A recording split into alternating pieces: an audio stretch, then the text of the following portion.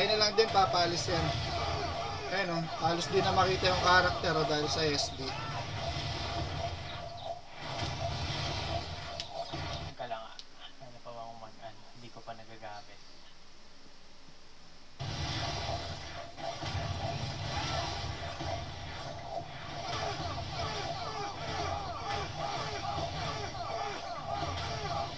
Tangi, ang ganda niya nung timing nung pinsan ko, umabot ng 100k yung damage.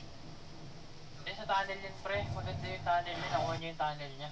Hindi, naka-Tokyo lang din yan, ako lang din nagturo dyan eh.